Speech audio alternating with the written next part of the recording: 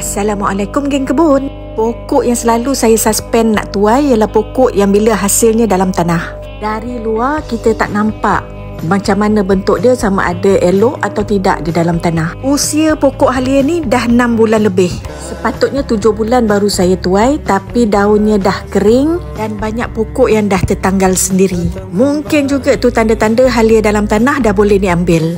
Sebahagian halia ni saya dah ambil masa usianya 4 bulan. Usia 4 bulan saya dapat halia muda. Waktu tuai ni halia ni tak tua dan tak muda. Halia yang dah keluar cambah akan saya tanamkan semula. InsyaAllah nanti saya tunjukkan lagi sekali macam mana saya tanamkan halia ni bagi mereka yang baru nak belajar tanam halia. Ada juga yang kata, Kak Tin selalu tunjuk guna baja organik. Kalau kami selalu guna baja yang biji-biji atau baja kimia, macam mana?